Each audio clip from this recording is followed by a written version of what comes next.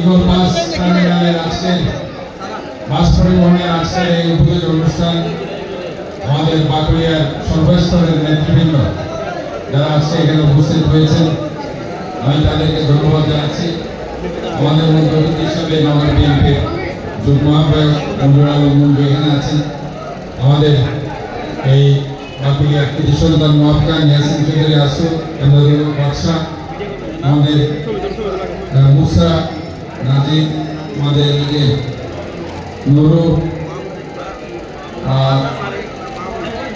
মাহবুব, রাশেদ সহ আমাদের ছাত্র আছে যুবদল শ্রমিক সহ যুবদল ছাত্র দলের জসিম মুস্তাফা নাসিম, আমাদের এখানে